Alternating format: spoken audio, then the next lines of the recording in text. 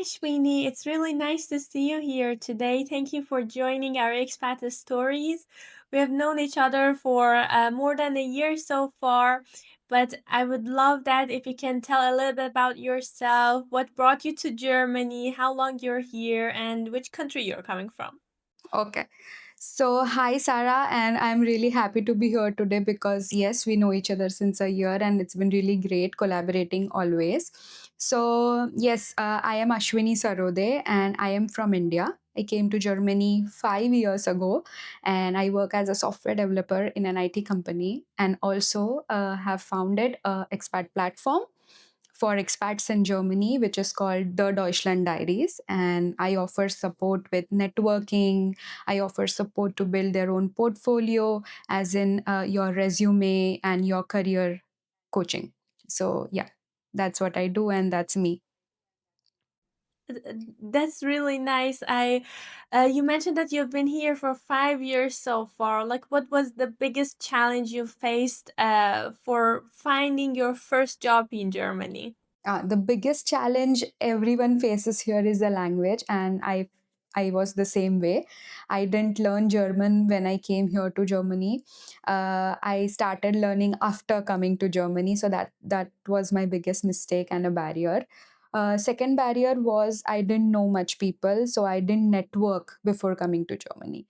I was a shy person and I couldn't talk to people or ask questions because also the language was a barrier, and that gave me a lot of hard time, a lot of struggles to find out everything on my own.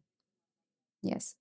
Yes. Yeah, the language barrier is like one of the biggest things for expats here because the German language is not like the easiest we can say. But do you Yeah. think that people needs to be fluent in German to get a job here? It's not about fluency. If you are doing until B2, I would say, and also focusing on your career part of German, then I think it's better because nowadays companies are hiring people who know how to talk in German with the clients. And that's the biggest filtering criteria nowadays. That's why people are facing a lot of struggles to get a job. So I am doing B2 right now, and the biggest focus that I am putting on is how to talk as an IT or a software person. Okay, so I also prepare my notes and everything based on my career goals also. So that makes it easier for me to learn German, and I think everyone should learn German, not fluent like a native person, but definitely fluent until B2 to secure a job. Amazing. Yes. So, coming from like a tech industry, it's really important because a lot of people think that okay, I'm like not in touch with my colleagues that much, or it could be like a lot of opportunities in English, but it's very important to have the knowledge in German to get like communicate with people easier at the same time. I know that you are also active on LinkedIn and you help expats regarding that. What do you think is like the most important networking mistake that you see over in LinkedIn a lot? The mistake I see is people connect randomly to anybody. That's not going to help. People usually connect just their friends or someone from university, or some people they know. It's not like that, and it's not going to work like that. I've seen so many profiles just with 400, 500 connections, and they are trying to find jobs. So that is not a right approach to use LinkedIn. LinkedIn is like your digital portfolio, and every talent acquisition partner or every HR can just download and see your profile as a resume. So the main thing that you need to change is the way you network on LinkedIn. Yeah. Exactly. So it's important that who you connect rather than the number of your connections. Uh, no, the number of the connections also matter because if you have, say, 2000, 3000 connections, then from those connections, maybe 50 people are going to post about jobs. Maybe a lead or a project manager or a senior director or a VP, someone will post a job and immediately you get a notification that the person posted something, you should definitely keep the notifications on for some of the important people who are posting for jobs. So you will be the first one to apply from there. So that's why connection numbers also matter. You need to have more connections to get more doors to get into, you know. That's how it goes, but those should also be a fair amount of leads, VPs, directors, talent acquisitions, HRs, your friends, and some founders. And you have to categorize everything. You have to do it consciously, not subconsciously, just selecting connect, connect, connect. Yeah. Exactly. That's really important, the thing that you mentioned. So I also see this could be one of the question for many people. So when they see a job application that they want to like request for, should they send like identical resume or CV to everyone, or they should change it every time depending on the application? So basically, change, you mean I cannot just become maybe a software developer to maybe some hardware engineer, right? So that kind of change we are not expecting there. But definitely, when you apply for a role, first of all, go directly to the company's website and apply. And secondly, maybe you have to also adjust according to the job description keywords. It's not like you have to fake something in the resume, but you have to articulate it much better, which relates to the job description. So that's the way to get it seen uh, by the ATS, or yeah, by the recruiter. So, do you think that what's like makes what could make your resume stand out in Germany specifically? Because I know that in Germany it's a bit different the way that you should write the resume, maybe in comparison with other countries. So, what do you think is important for people to keep in mind? It should be crisp. I think globally that's the same norm. I feel if you add a lot of text, one of my expat client had a lot of text in resume. The guy was superb talented. He had everything that a company needs as an employee, but the way he presented it was not correct. He had some light colored heading, maybe a light green color heading, and a lot of text, a lot of big summaries and what he worked on and everything, and did not have any adverbs, adjectives, which added more strength to his sentence. So basically, if you use words like I accelerated this, or I advanced this, or I established this, I completed a goal and something like that, so it shows your activity. And that actually in a bullet points helps talent acquisition people to read your resume in just one glance. If you write paragraphs, then nobody is going to sit and read it for you, because maybe they just invest 1 minute in your resume. So that's the biggest change everyone should do. It should be a proper formal format. You can put your image or you can skip it, because some application trackers do not care about your photo. So you can skip it and have a proper ATS friendly resume format with good bullet points and a short summary about yourself. Yes. Yes. Exactly. So you mentioned that LinkedIn is very important so far. So if someone wants to start from zero today, like in if you want to give them an idea that what should they do for the first 30 days of their activity on LinkedIn, how you think it should be? So just I also need to sit with the person to know more about, and maybe I can give them content strategy in a good way if I know in which field and what they are doing. But just in a general way, I think you should first start with a good profile picture for LinkedIn. It should be formal, a good cover, background cover, which tells them what do you do when they open your profile.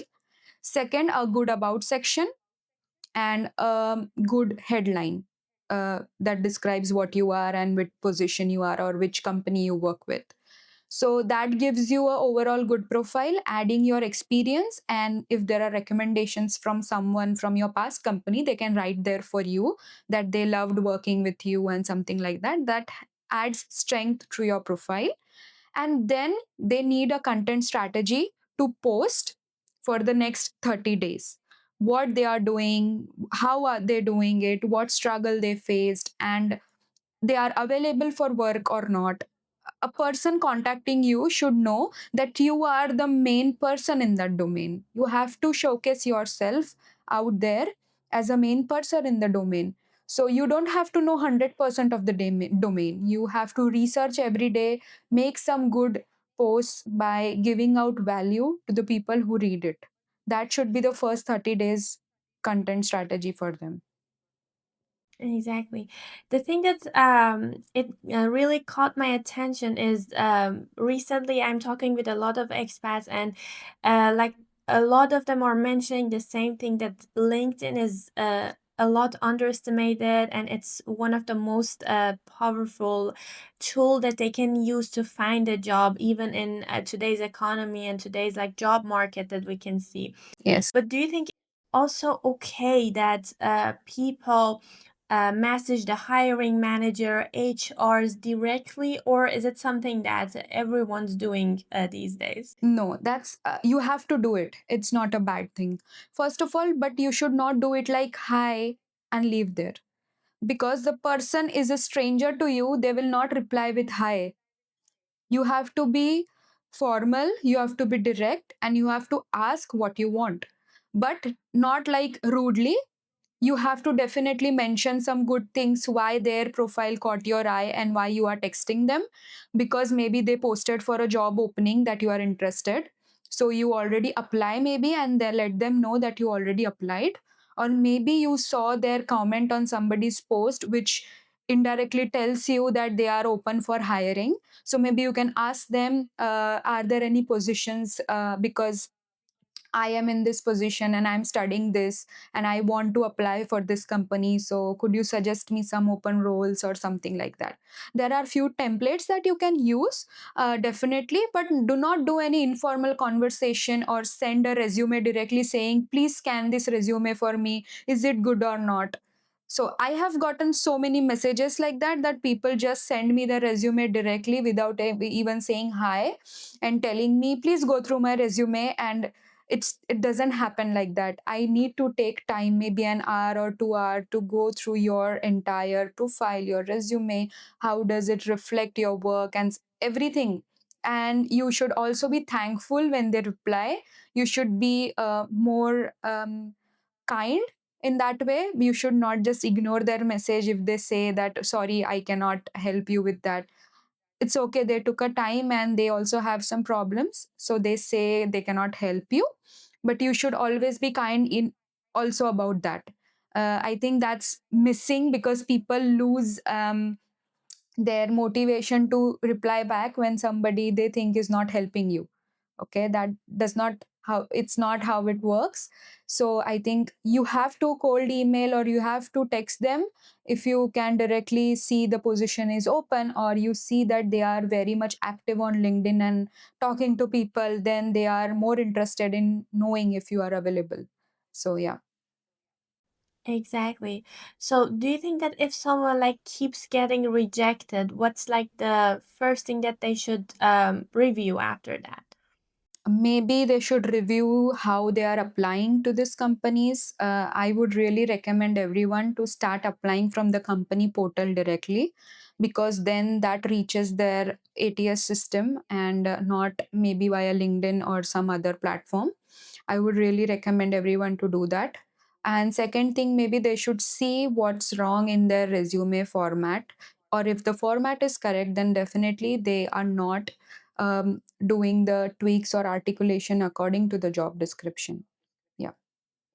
And it's not always about their fault. I would also like to add that sometimes in companies, hiring manager changes the requirements again and again. Sometimes they take your profile, they like it, but they don't go forward because someone else has one little bit more quality than you. Then they are confused in the profiles and then they decline you, but doesn't mean something is wrong in your resume or in your approach. So even patience is important at that point of time, I feel. Yeah. Exactly. So, do you think that nowadays is it more of a competition of educational background or a skills? I think skills are more important. The projects that you do are more important, because I have seen so many people without even a master's degree or a degree that is more recommended out there in university by traditional way. They don't even have that, but they are still maybe working in Google or Big Four. You know, so definitely your skills matter. How you showcase the skill matter, and what your projects are matter, because you may have hundreds of skills but I don't know you have it, right? You should be showing that to the right people, to the right professional people. So if, then it will catch my eye and I will not care about your degree, because you are giving me the value what I want even without a degree.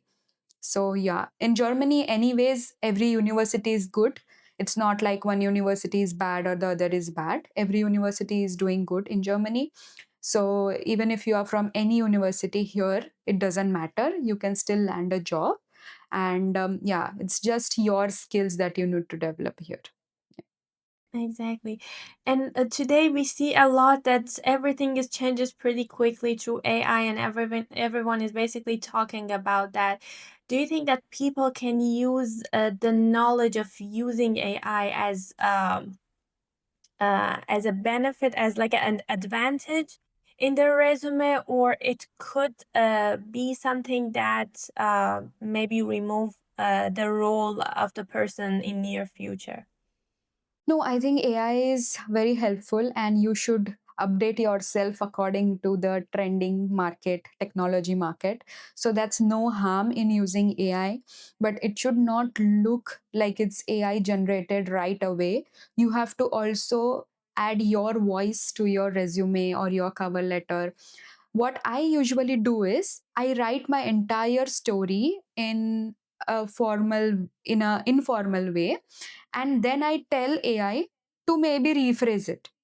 But I don't tell AI to write a story for me, because it doesn't know me. That's the right usage of AI. Some people, what they do is they give away their resume and tell that, okay, make it for me.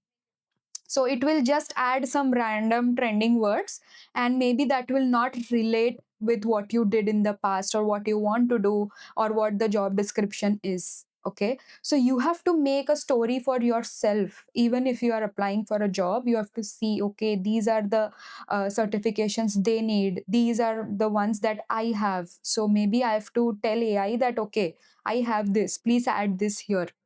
AI should help you in doing the work. It should not tell you how to do the work. You are the one telling AI how to do it. Then it will do it for you. So I think AI is really helpful as a software developer. If I just tell AI to develop a website, it will do it. But will it be correct? Will it be security for issue? Will the security issue not exist there?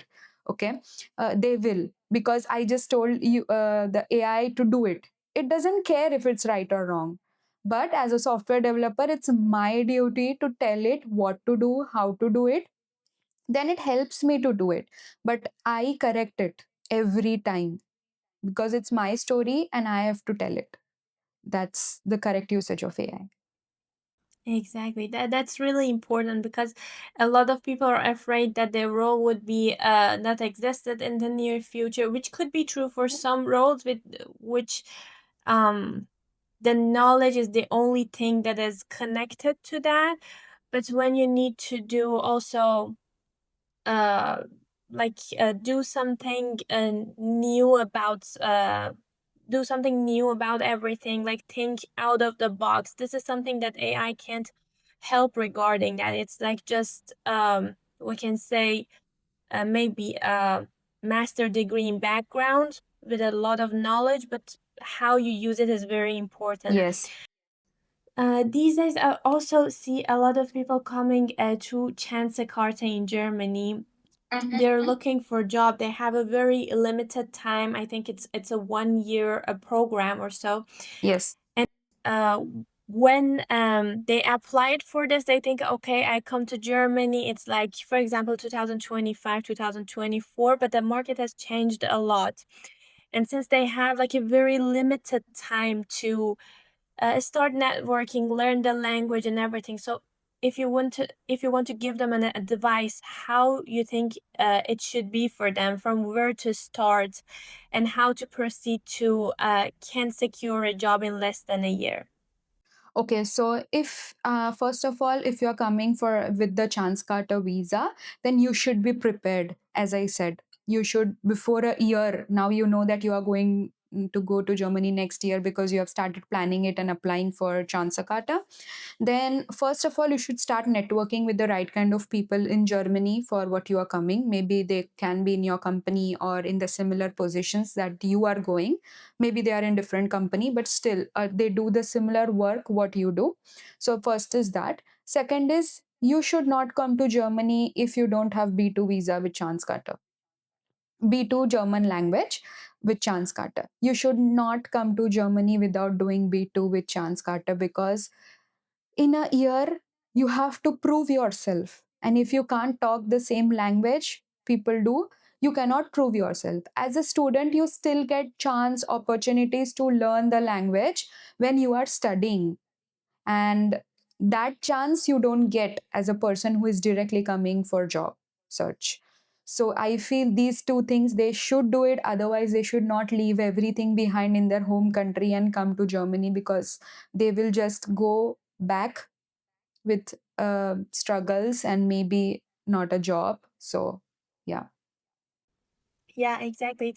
I think it's very underestimated because people think that I mean, a lot of people in Germany has succeeded so far through this path, and the important thing is, in at least in my opinion, everything is possible. Even if, for example, you don't know the language or you don't have the proper network beforehand, but it would be very hard, and that kind of like pressure maybe is not the thing that you're looking for at first place.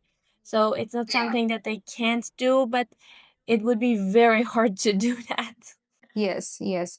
After coming here, you already take some time to register yourself, to set your home, to, get familiar with a lot of situations here. And at the same time, you get a little bit homesick. Even if you are for some time here, you feel that you make the right decision or not when you get a rejection email or something like that.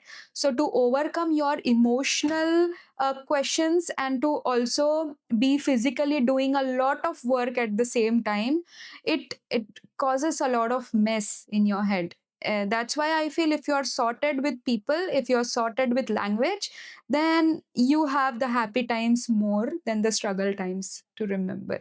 Yeah. So it was really nice, Ashwini, everything that we talked about so far. If you want to tell like the one final piece of advice as someone who's been in Germany for 5 years and landed the job in English language, to like expats trying to find a job here and build a career in Germany, what's like your advice? My advice is don't get demotivated, because globally everywhere the economy is same, the market is same, and doing every day something is very much important than doing nothing, even a small task. So if you are struggling with language learning or maybe some other skill development, maybe take half an hour or 1 hour and dedicate that time to enhance that skill. What I struggled was I had a lot of thing to study at the same time. Okay. And I did nothing because of the pressure that if I learn German, then I felt the need to learn something in software development. Or if I learned that, then I felt like, what am I doing? I should learn German. But I remembered one thing, that in a school, we had periods like geography, mathematics, science, EVS, everything in single day, and we did all of them together. We tried to understand everything what teacher teaches us, right? So just dividing every task into a small time zone, I think it would be very much important.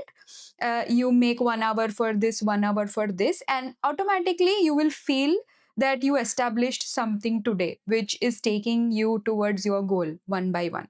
So that's the very important piece of advice, if you try thinking and doing it every day, because a lot of things, lot of struggles comes because you are demotivated even though you have a bigger goal. So, yeah, that would be my advice because I am doing that every day, even to keep myself motivated to do everything that I'm doing.